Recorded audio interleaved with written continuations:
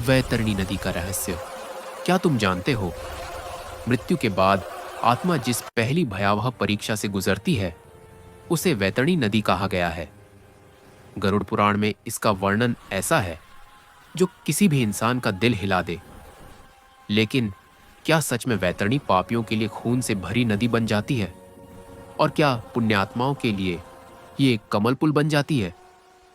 आज हम समझेंगे वैतरणी नदी का पूरा रहस्य, इसके पीछे का आध्यात्मिक विज्ञान और आत्मा पर पड़ने वाला गहरा प्रभाव। गरुड़ पुराण के अनुसार मृत्यु के बाद आत्मा तुरंत शरीर से बाहर निकलती है, लेकिन उसे समझ नहीं आता कि क्या हुआ है। धीरे धीरे आत्मा को एहसास होता है कि वह अब शरीर से मुक्त हो चुकी है। यहीं से उसकी यात्रा शुरू होती है, और यह यात्रा तब तक पूरी नहीं होती जब तक वह यमलोक के द्वार तक न पहुंच जाए। पहले 3 दिन आत्मा घर के आसपास रहती है, अपने परिजनों को देखती है और अपनी अंतिम यात्रा के लिए ऊर्जा एकत्र करती है। गरुड़ पुराण कहता है, अगर आत्मा पुण्यवान है तो यमदूत उसे छू भी नहीं पाते, वे दूर से प्रणाम करते हैं। लेकिन पापी आत्मा के लिए यमदूतों का आगमन कंपकंपी पैदा कर देता है। यमदूत आत्मा को कर्मों का फल बताते हैं और उसे वैतरणी नदी की ओर ले जाते हैं। वैतरणी कोई बाहरी नदी नहीं, यह आत्मा की कर्म ऊर्जा का प्रतीक है। गरुड़ पुराण कहता है, यमलोक तक पहुंचने से पहले आत्मा को एक ऊर्जा संकट से गुजरना पड़ता है, जिसे वैतरणी कहा गया है। यह नदी आत्मा के स्पंदन के अनुसार रूप बदलती है।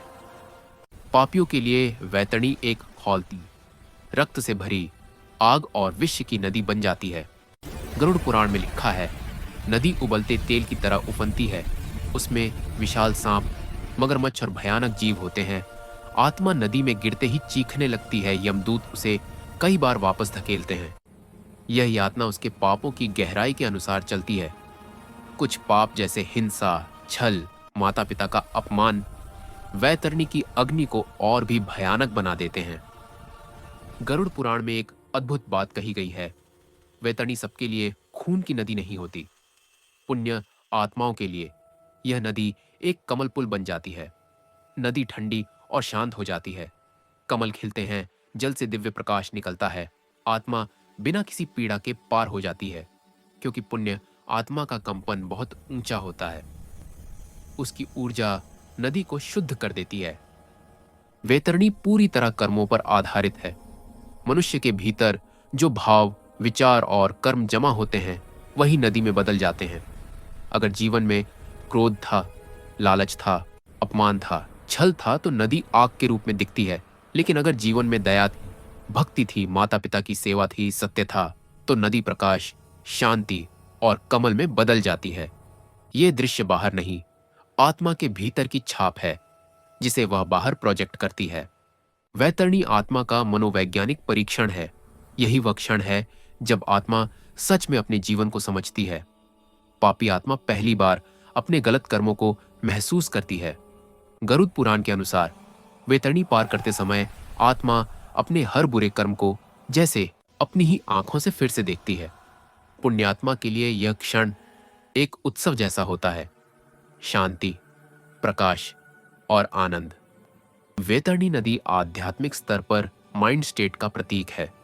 जैसे व्यक्ति को बुरे कर्मों का सामना करना पड़ता है, वैसे ही आत्मा को अपनी ऊर्जा का सामना करना पड़ता है। यह नदी आत्मा को साफ करती है, उसे अगले लोक के लिए तैयार करती है। नदी पार होते ही आत्मा हल्की हो जाती है, उसके कर्मों का प्रभाव कम हो जाता है। इसके बाद आत्मा यमराज के दरबार में पहुंचती है, जहां चित्रगुप्त अंतिम फैसला सुनाते हैं।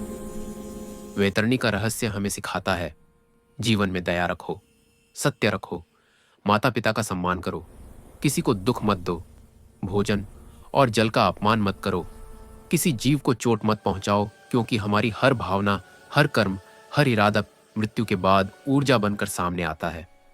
वैतरणी नदी बाहरी संसार नहीं, हमारे कर्मों का आईना है। गरुड़ पुराण कहता है, वैतरणी से कोई बच नहीं सकता। लेकिन उसकी आग को कमल में बदलना हर मनुष्य के हाथ में है। कर्म बदलो, विचार बदलो, जीवन बदल जाएगा और मृत्यु के बाद की यात्रा भी।